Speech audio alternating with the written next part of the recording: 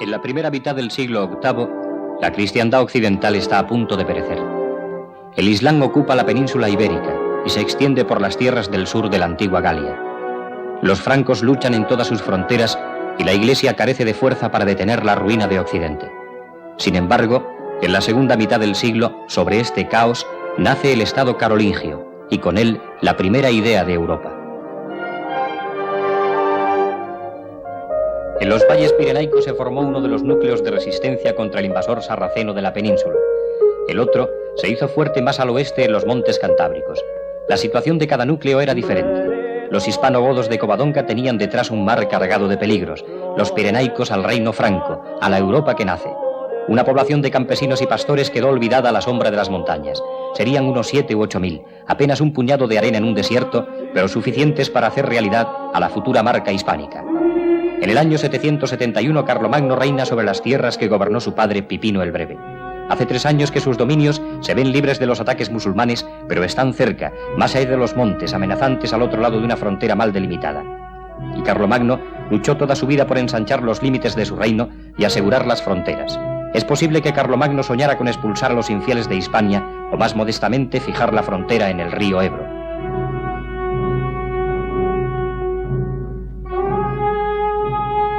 En la primavera del 778 cruza el Pirineo a la cabeza de un ejército camino de Zaragoza. Las luchas entre omeyas y abasidas en el califato de Córdoba parecen favorecer sus propósitos. A las puertas de la ciudad, Al-Hosain, gobernador en ausencia de Suleimán, se niega a entregarle las llaves de la plaza. Carlomagno se retira con su ejército. De regreso a Francia, su retaguardia fue diezmada en el desfiladero de Roncesvalles por sarracenos y vascones. La derrota floreció en romances. La chanson de Roland, escrita 2 siglos más tarde, inmortalizó el valor de Rolando y sus pares. Por la matanza va el viejo, por la matanza adelante. Los brazos lleva cansados de los muertos rodear. Vido a todos los franceses y no vido a don Roldán. Con la derrota Carlomagno cambia de táctica. Nombra a su hijo Leudovico rey de Aquitania y le hace responsable de la línea fronteriza con el Islam. Guillermo duque de Tolosa será la mano derecha del nuevo rey. La nueva política pronto dará sus frutos. Gerona es entregada por sus habitantes a los francos en el 785 y Rostaño será el primer conde. La frontera se eriza de fortalezas. Se fortifica y repuebla Ausona, Cardona y Casarrás entre Gerona y el río Segre.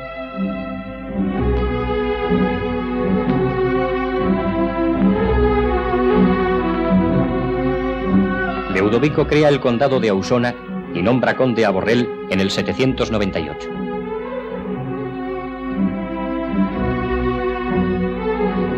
Barcelona continuaba en manos de los musulmanes. Los francos la ponen cerco. Después de 9 meses de hambre y lucha, Amur entrega la plaza un sábado de principio de otoño del año 803. Leudovico Pío tomó posesión de la ciudad al día siguiente. Vera, godo de origen, fue nombrado conde de Barcelona.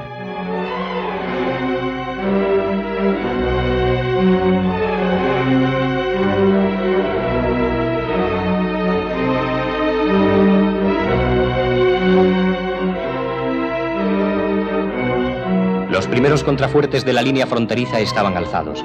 Condes fieles a los francos gobernaban en Gerona, Ausona, Pallars, Urgel y Barcelona. Carlomagno quería llegar más lejos, a la fértil y segura vega del Ebro. 3 ataques fallidos contra Tortosa le hicieron renunciar. Cuando una embajada de Alacant llega a Aquisgrán en busca de paz, el emperador se la concede. Durante 2 siglos, la frontera quedaría fijada en la línea Garrat-Montserrat-Montset. Los grandiosos proyectos de Carlomagno en la península se habían frustrado.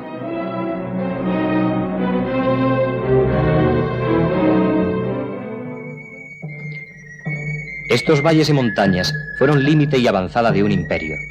Las tierras se organizan en pagus o gau, con un conde al frente. El conde representa al emperador civil y militarmente. Su cargo puede ser revocado, aunque generalmente muere en él y suele sucederle un familiar.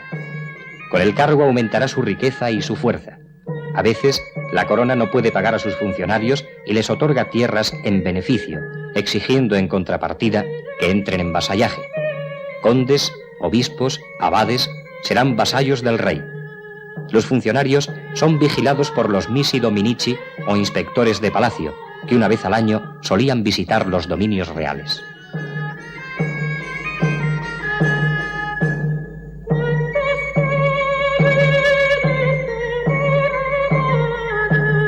Sin embargo, la pieza clave de la organización política del imperio será el vasallaje, la cadena infinita de compromisos que se extendía desde el emperador hasta el último campesino. Carlomagno fomentó el vasallaje para hacer llegar su poder a la base de la pirámide social sobre la que se asentaba su trono. Un vasallo solo podía abandonar a su señor si éste atentaba contra su vida, sus bienes o el honor de su mujer o su hija, o bien no le defendía habiendo podido hacerlo. Fuera de estos casos, el vasallaje solo terminaba con la muerte del señor o el vasallo. Sin embargo, el sistema de vasallaje encerraba un peligro serio para la corona al interponer a un noble entre el rey y los vasallos más humildes. Pronto los cargos se harían hereditarios y los señores pequeños reyes en sus feudos. En el imperio, las fronteras peligrosas se llamaron limes o marcas, y marqués al conde responsable de su defensa. El puñado de condados pirenaicos fue conocido desde el 817 como Marca Hispánica.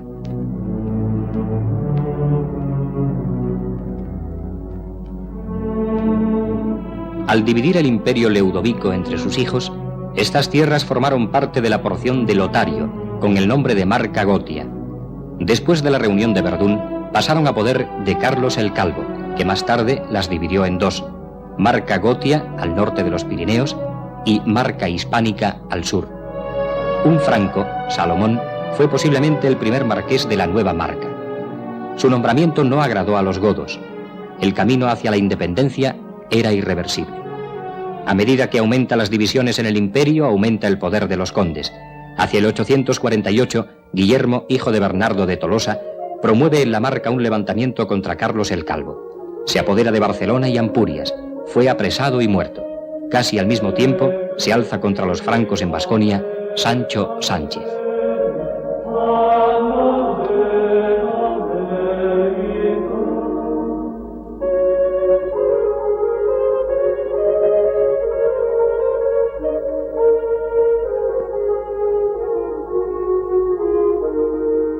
Los nobles hispano-godos soportaban con desagrado a los condes francos impuestos por la corona.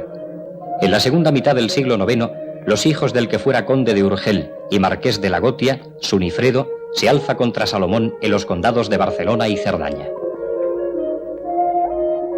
Virfredo el Velloso, el primogénito, toma la dirección del complot.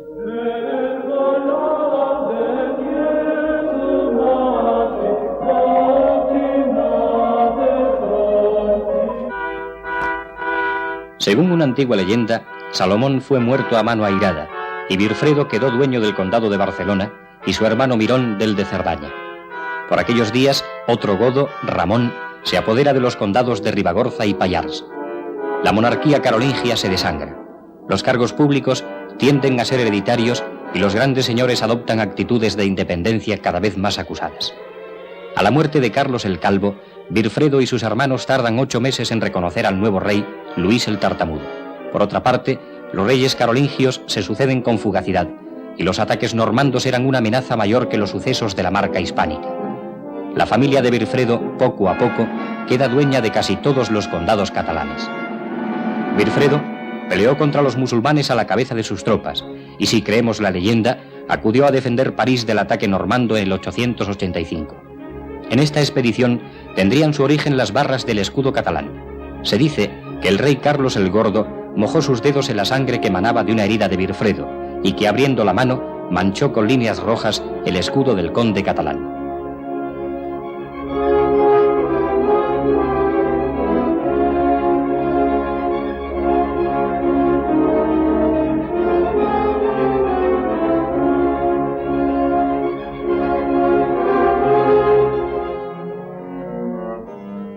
En época del conde florecieron los monasterios.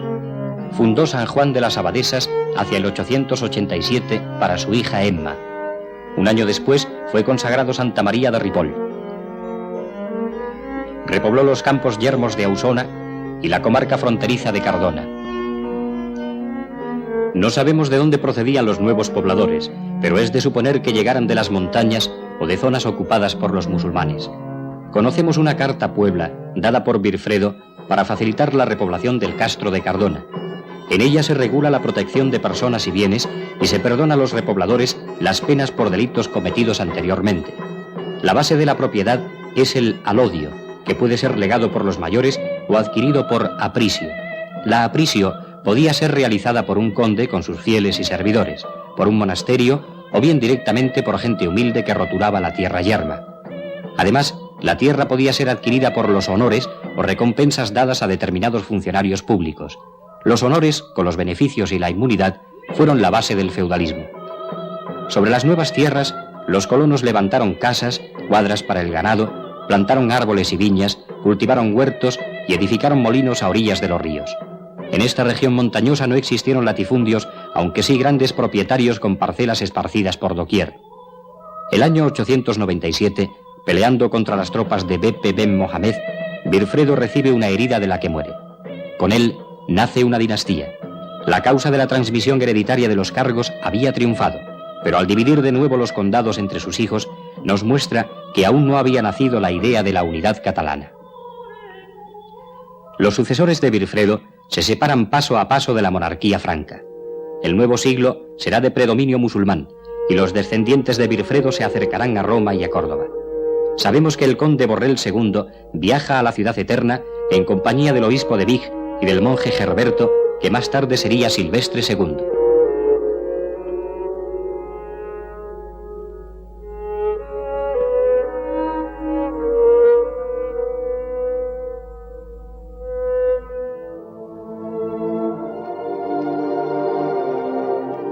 Pero el hecho que más influyó en la rotura de los lazos que ligaban a los condados con la corte franca fue sin duda la toma de Barcelona por las huestes de Almanzor. Los musulmanes incendiaron y saquearon la ciudad. Borrell II pidió auxilio a la corte franca, pero este socorro no llegó nunca. Cuando el conde pudo volver a Barcelona devastada, pidió la paz al califa, pero no renovó su juramento de fidelidad al emperador franco. Con el cambio de dinastía en Francia, cesan los preceptos reales. La independencia de los condados es un hecho.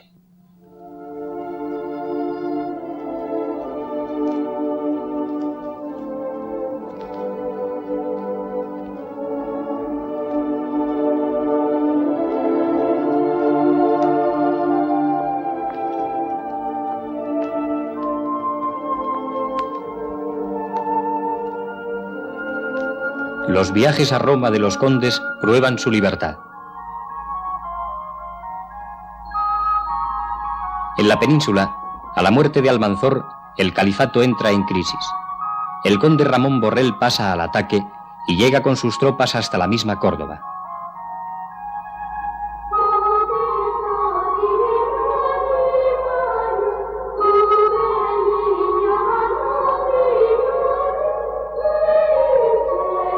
Pronto uno de sus sucesores, Ramón Berenguer I, cobra parias o tributos en oro a varios reyes de taifas.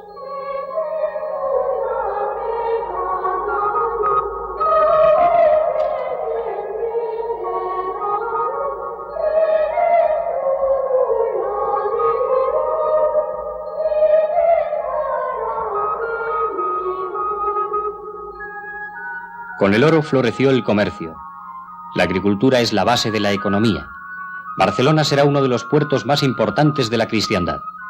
Pasado el peligro normando, Cataluña se abre al Mediterráneo.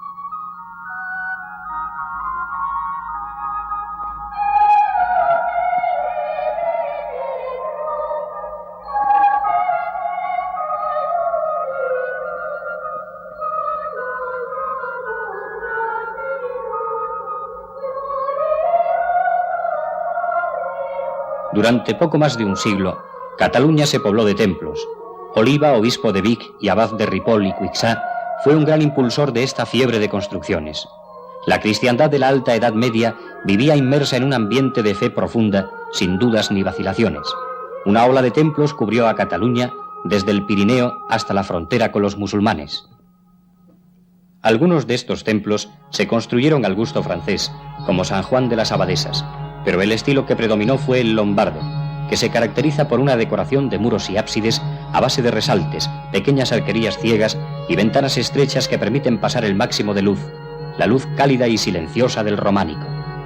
Sabemos que el abad Oliva asistió a la consagración de la Catedral de Gerona en 1038, y se diría que su huella quedó marcada en la elegancia y solidez de la torre. En estos años se construyen los más hermosos claustros de Cataluña. El claustro fue en un principio el patio central del monasterio, a la manera del implorium antiguo. En él se guardaban los aperos de labranza con los que los monjes y sus colonos trabajaban. Más tarde, su construcción fue más rica y pasaron a ser lugares de descanso y meditación y última tierra para abades, monjes y protectores. El claustro de la Catedral de Gerona es una Biblia en piedra con capiteles por páginas. El Anciano y el Nuevo Testamento desfilan ante nuestros ojos encarnados en figuras delicadas y enternecedoras. Estos capiteles, con el pórtico de Ripoll, son la cima de la escultura románica catalana en piedra.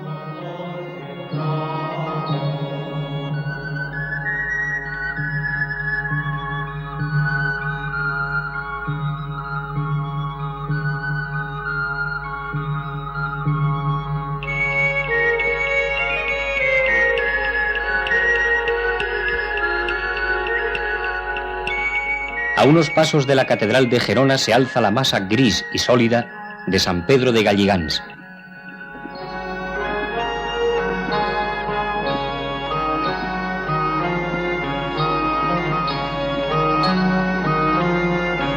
Sant Cugat del Vallès fue fundado por el conde Borrell II, hijo mayor de Virfredo. Un monje de este monasterio llamado Godmaro logró del rey la confirmación de las posesiones del cenobio, la concesión de inmunidad y la libertad de elección de sus abades según la regla benedictina. Durante siglos fue un foco cultural de primera importancia.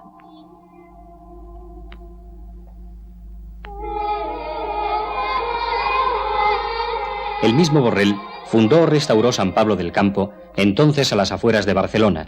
Su construcción se atribuye a Guitart y Rodlandis.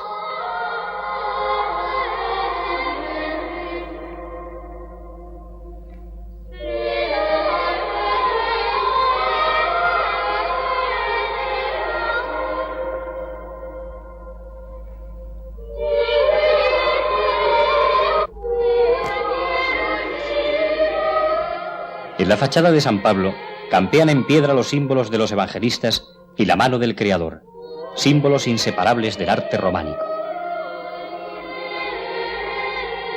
El mundo sensible no es más que una máscara que oculta el verdadero sentido de las cosas. Lo mismo la naturaleza que las escrituras esconden misterios que solo pueden ser desvelados por la alegoría. La rebeldía iconoclasta contaminó a la cristiandad occidental y su espíritu permaneció latente durante siglos. Jonás, obispo de Orleans, se opuso a esta corriente vigorosamente. Los que no saben leer contemplan, gracias a las líneas de una pintura, lo que por la escritura no pueden aprender. Para las gentes ilustradas, las pinturas son un ornamento y una imagen piadosa, y para los iletrados, un medio de saber.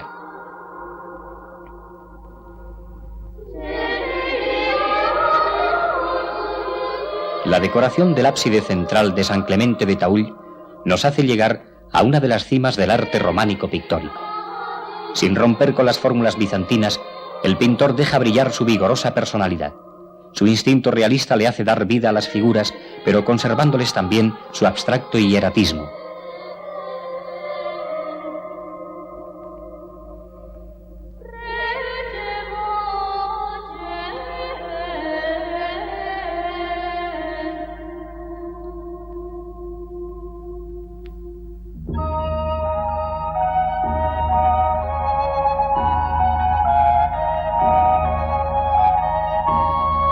En la escultura en madera resuenan extraños ecos orientales.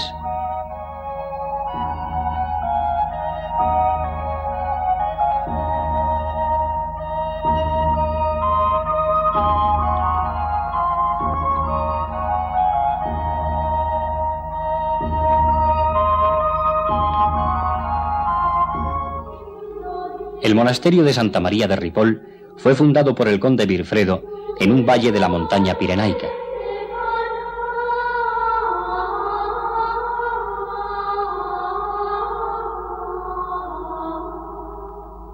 Su época de mayor esplendor está unida a uno de sus descendientes, el abad Oliba. Oliba era miembro de la Casa Condal de Cerdaña-Besalú y durante unos 13 años gobernó los condados de Cerdaña, Berga y Conflent. Cumplidos los 30 años, ingresó como monje en la comunidad benedictina de Santa María de Ripoll. Al fallecer los abades de Ripoll y Cuixá, ambas comunidades le escogieron como abad. 10 años más tarde es nombrado obispo de Vig.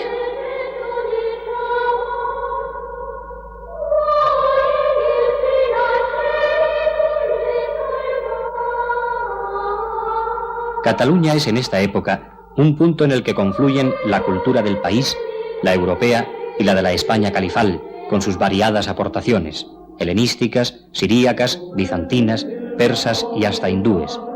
Ripoll y Cuixá serán el centro de este movimiento. La biblioteca del monasterio de Ripoll será una de las más importantes de Europa. A la muerte de Oliba, sabemos que poseía 246 volúmenes. Solo la de Toledo era más rica en la península. Conocemos un documento firmado por el abad Oliba en el que se hace referencia a la permuta de una casa y un solar en Barcelona por un manuscrito de la gramática de Prisciano de Cesarea. En el silencio del scriptorium fueron naciendo traducciones de agrimensura, de aritmética, de astronomía, de música.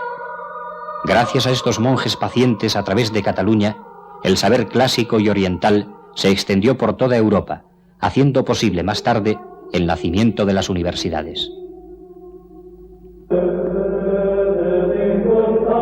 El abad Oliba luchó por separar los monasterios del poder civil, iniciando la reforma monástica, de acuerdo con el espíritu de Cluny.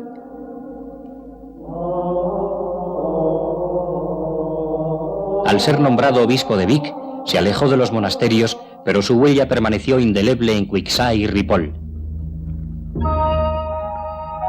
Con el nuevo siglo, los condes catalanes, independientes ya, centraron sus preocupaciones en la península. El condado de Barcelona toma la supremacía y sus condes entran en contacto de igual a igual con los reyes peninsulares. Ramón Berenguer I, Berenguer Ramón II, lucharán contra los musulmanes y cobrarán parias a los reyes de Taifas. Ramón Berenguer III tuvo que resistir el alud de los almorávides. Más allá de los Pirineos, logró anexionarse el condado de Provenza. Pactó alianzas con Alfonso I el Batallador y con Alfonso VIII, que se casó con su hija Berenguela. Ramón Berenguer IV llevó la frontera del condado hasta el valle inferior del Ebro. Casó con Petronila, hija de Ramiro el Monje, rey de Aragón. El hijo de este matrimonio, Alfonso II, unirá Aragón y Cataluña.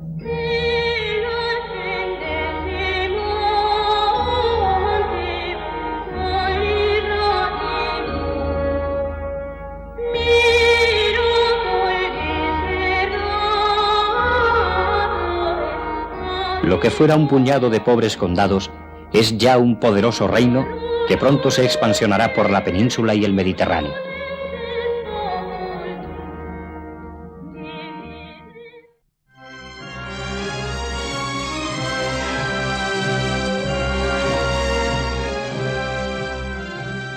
Nos hallamos en la última década del siglo XII y España está partida en dos. De un lado los reinos cristianos, del otro la España musulmana con sus reinos de taifas. No obstante, había una interrelación entre una y otra parte. Tanto las minorías cristianas mozárabes que vivían entre los musulmanes, como las comunidades islámicas mudéjares conviviendo en los territorios reconquistados por los cristianos, establecidas en barrios especiales llamados morerías y conservando su religión, lengua y costumbres. Este edificio de Granada, Corral del Carbón, era depósito de mercancías y posada o albergue de mercaderes.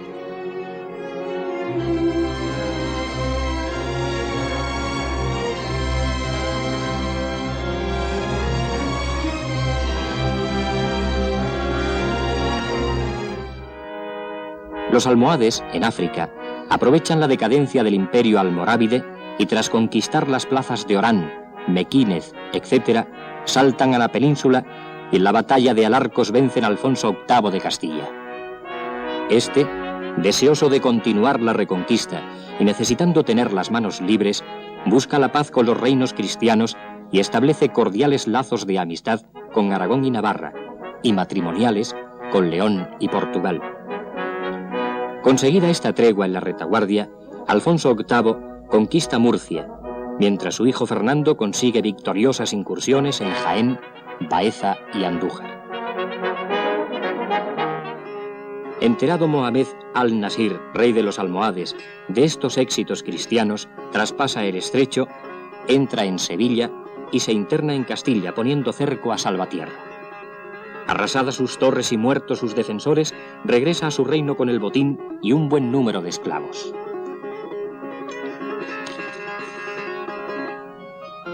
Alfonso VIII promete venganza y escarmiento a los sarracenos y convoca cortes en Toledo, a las que acuden magnates, prelados y representaciones de las ciudades que tenían voto en las cortes.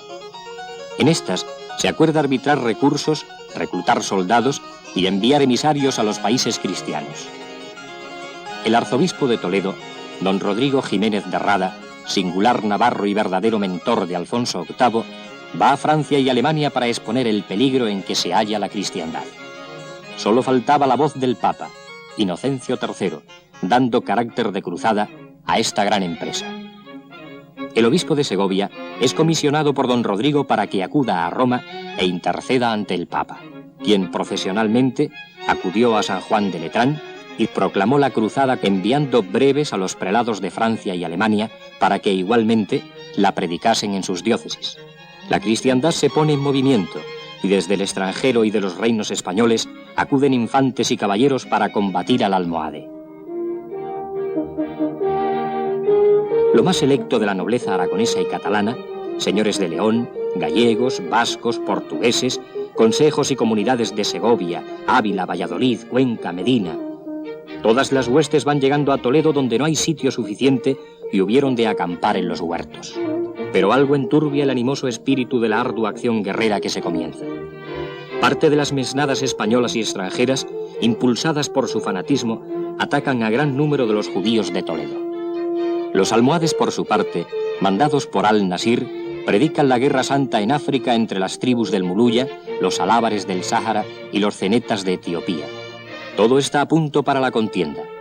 Largo es el camino a recorrer. Tensas las ballestas, los ojos atentos, dispuesto el ánimo, andan campo y caminos bajo el sol abrasador de la meseta.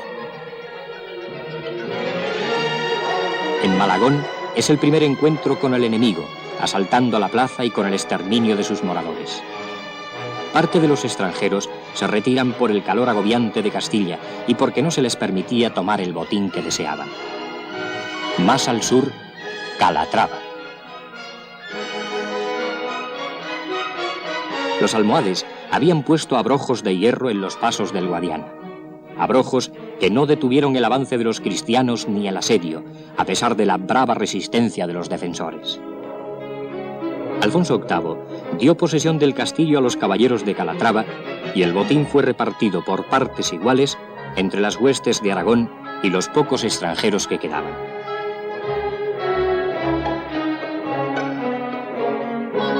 Continuaron su avance los cristianos y con él la conquista de nuevas plazas. Alarcos, donde 17 años atrás Alfonso VIII fuera derrotado.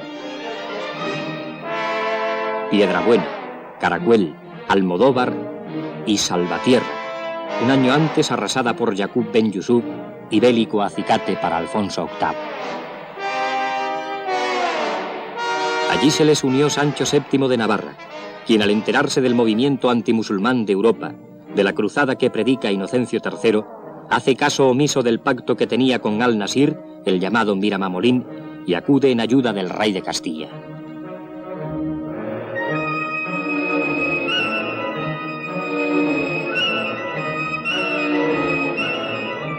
Reunidos los tres monarcas, de Aragón, Navarra y Castilla, deciden no hacer asedio a la plaza y continuaron hacia Despeñaperros. Sabedor al-Nasir del valor estratégico de Sierra Morena, y en especial de la cordillera del Muradal, destacó allí un fuerte contingente de guerreros. Los cristianos atacaron con denuedo, pero fue un sacrificio estéril, ya que Al-Nasir dominaba desde las escarpadas alturas el posible paso de la losa.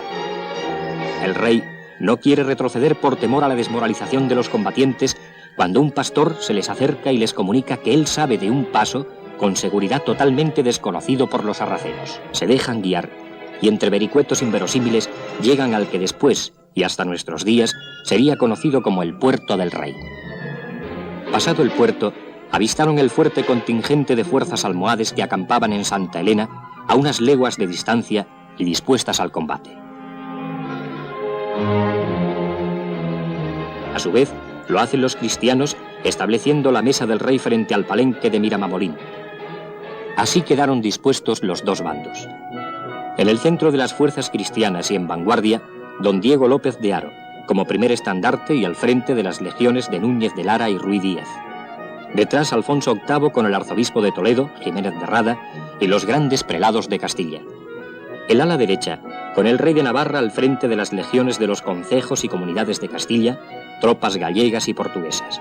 Y el ala izquierda, formada por 3 legiones y con el rey de Aragón y sus caballeros. Al-Nasir seguiría la batalla desde un cabezo, defendido por un palenque formado por 10.000 etíopes, sujetos con cadenas y armados con lanzas en erizada y espesa muralla. Delante, los moros andaluces y los almohades y árabes, y en vanguardia desplegados en media luna, los motahuatines o voluntarios. El 16 de julio de 1212, clarines y redobles de tambores dieron la señal de comenzar la lucha. Prelados y abades recorren las mesnadas cristianas, y hasta Alfonso VIII pronuncia una alocución. Este es el final de una epopeya que, si comenzó en los acantilados de Covadonga con don Pelayo, ha de concluir en las estribaciones de la Penibética. Igual que entre los muslimes, los antones leían párrafos del Corán. Oh creyentes, defended la causa de Dios. Él os ayudará y hará firmes vuestros pasos. Por 2 veces retrocedieron los cristianos dada la enorme resistencia de los almohades. Incluso en su fuga llegaron hasta don Alfonso, quien personalmente y a punta de lanza les obligó a volver a la pelea. Y sin mudar la color, ni la fabla, ni el continente, don Alfonso embistió al frente de su cuerpo por donde la avalancha mora era más nutrida. Las huestes, enardecidas por el ejemplo, consiguieron que las picas y espadas cristianas se abriesen paso entre las lanzas y alfanjes islámicos. Hasta los moros andaluces volvieron grupas y se alejaron del campo de batalla. Solo quedaba traspasar la barrera de los 10.000 etíopes, baluarte casi inexpugnable. Caballos y caballeros caían atravesados por las lanzas, hasta que consiguieron abrir brecha y entrar en el palenque de Al-Nasir, adueñándose del campo.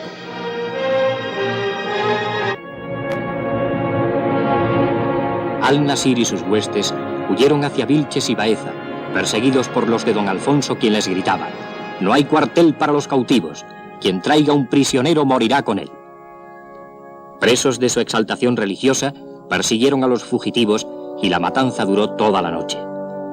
Grande fue el botín, fabulosas cantidades de dinero, joyas y objetos preciosos de oro y plata, y gran número de armas abandonadas en la huida. La batalla de las Navas de Tolosa dejó abierto el camino hacia el valle del Guadalquivir, lo que representó la última etapa de la Reconquista. Alfonso IX de León y Fernando III de Castilla la prosiguen y Extremadura cae en sus manos.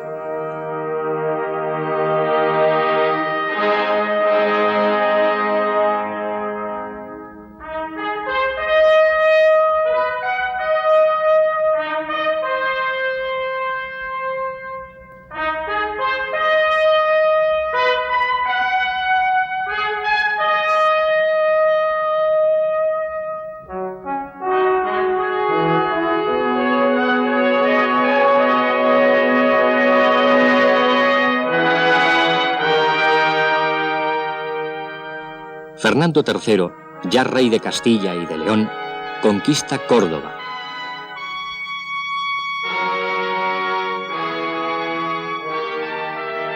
Jaén.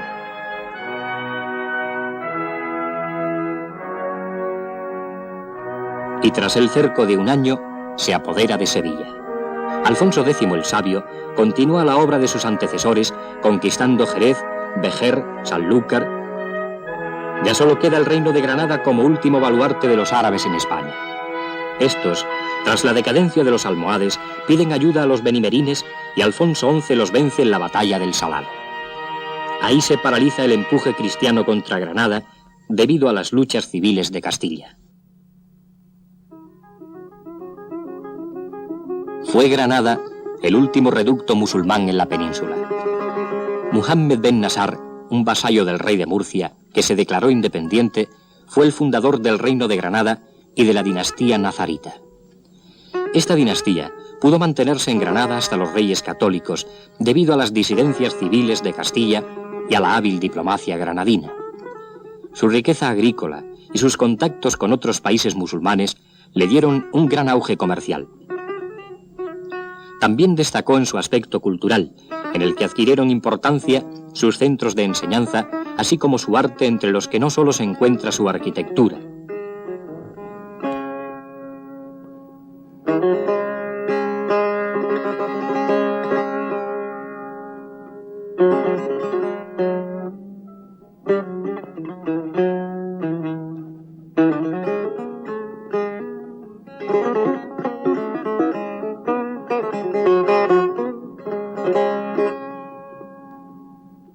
También la cerámica.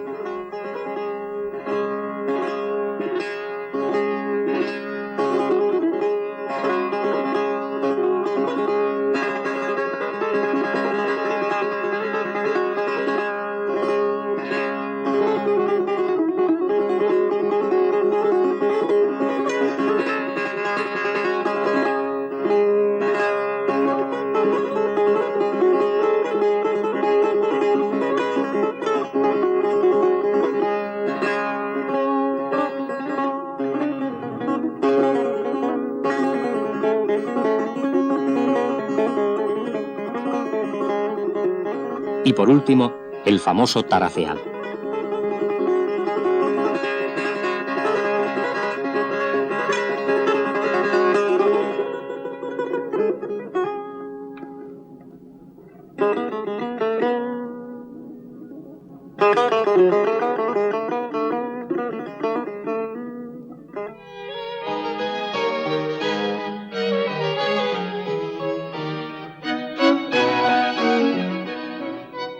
Durante los reinados de Fernando III y principios de Alfonso X, en Castilla se conoció una época de plenitud.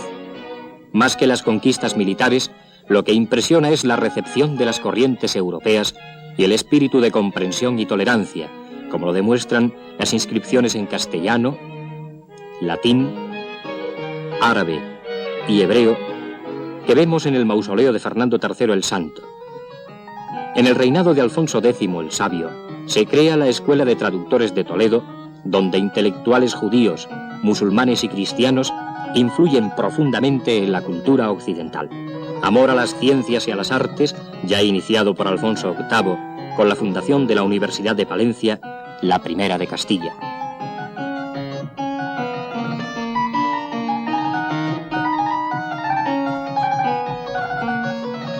Pero no debe olvidarse la otra cara de la moneda.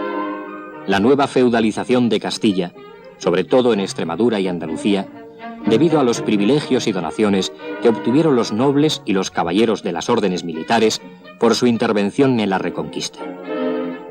Esto es lo que enriqueció a unos y otros con grandes bienes y tierras graciosamente donados por haber acudido a los campos de batalla.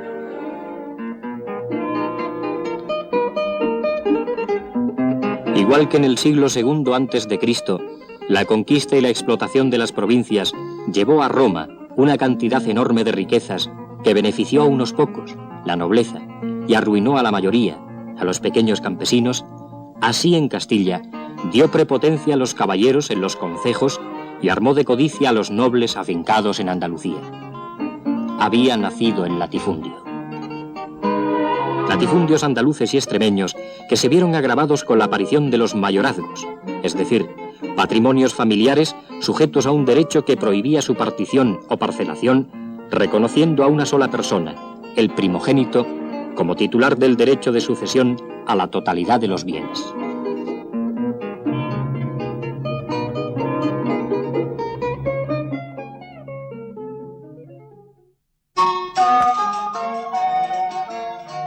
De la misma forma que se produjo una corriente cultural hacia Europa a través de nuestra península, los peregrinos del Camino de Santiago nos aportaron el conocimiento de más allá de los Pirineos.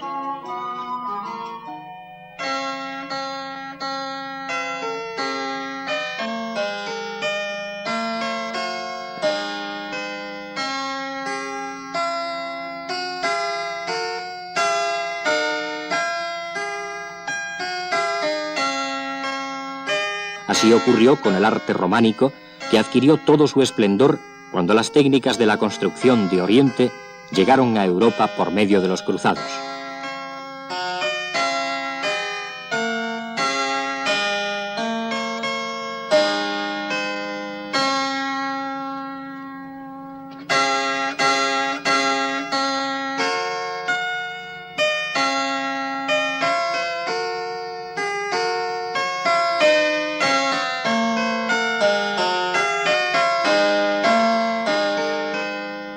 Una de sus características es la variada originalidad de sus capiteles.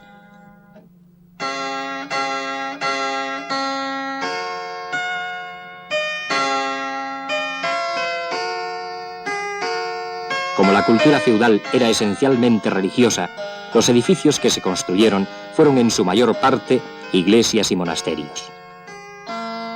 Otra característica, y la principal, es la cruz latina de su planta, de brazos desiguales.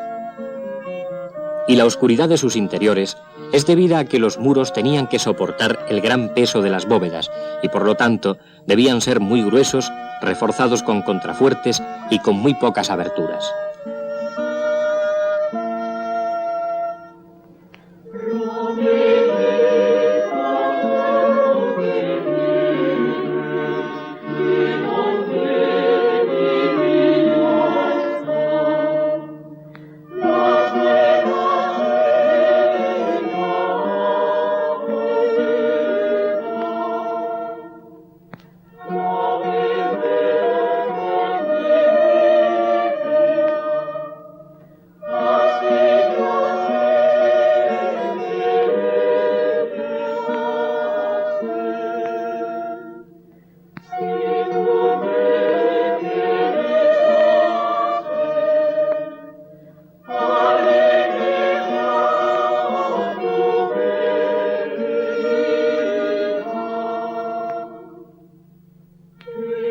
Otro aspecto del románico, además de las esculturas en las portadas y capiteles de sus templos, es el de sus tallas, de una ingenuidad primitiva, pero de una gran belleza por su espiritualidad.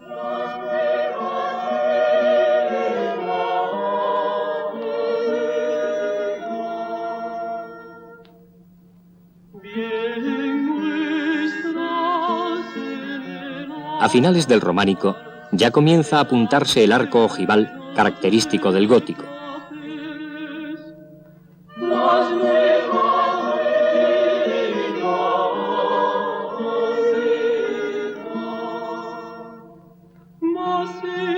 En el siglo XI, un grupo de benedictinos abandonaron su opulento monasterio francés con el ánimo de vivir con mayor rigor la regla de San Benito.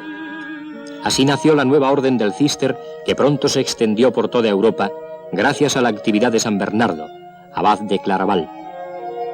La penetración en España se hizo a través del monasterio de Moreruela, Zamora, y con el apoyo de los reyes surgieron posteriormente las abadías de Citero, Alcobasa, Poblet, Las Huelgas. Este monasterio de Las Huelgas fue fundado por Alfonso VIII de Castilla y su esposa Eleonor de Inglaterra.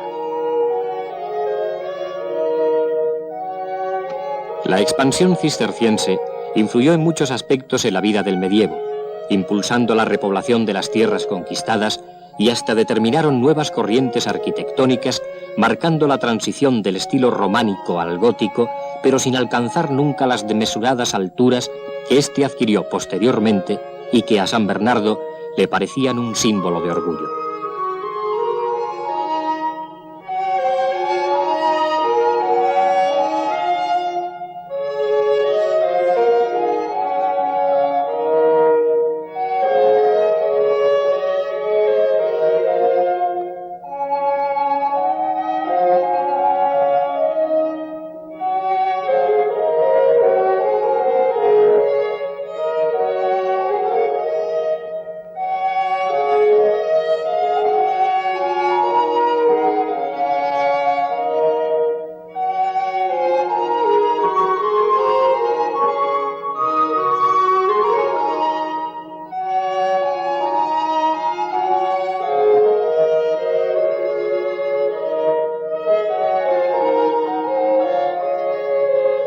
través de estos vestigios del pasado, podemos contemplar estilos, gustos y hasta aficiones de la época, cuando Europa, y con ella España, se debatía aún en las incesantes luchas del medievo.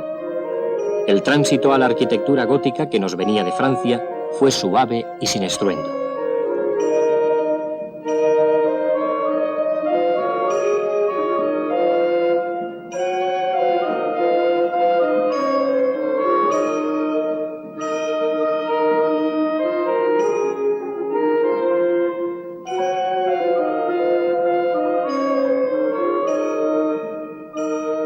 Con el producto de las conquistas se van levantando las grandes catedrales góticas, como esta de León, de marcado gusto francés.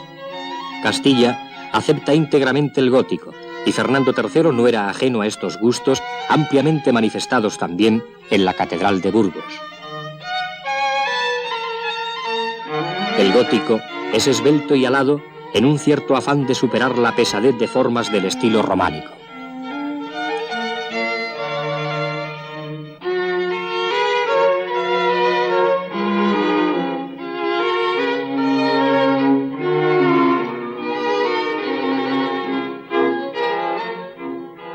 La oscuridad de los interiores del románico se traduce en luminosidad en el gótico, cuajado de grandes vidrieras.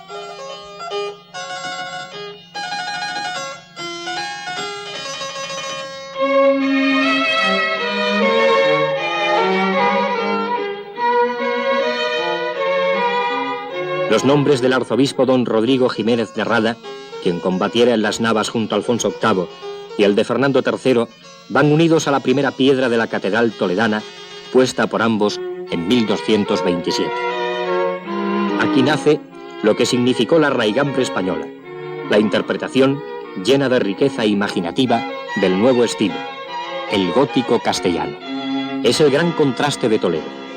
Emergiendo de las sinagogas, de los conventos moriscos y de las callejuelas oscuras, surge la catedral y la desafiante flecha de su torre.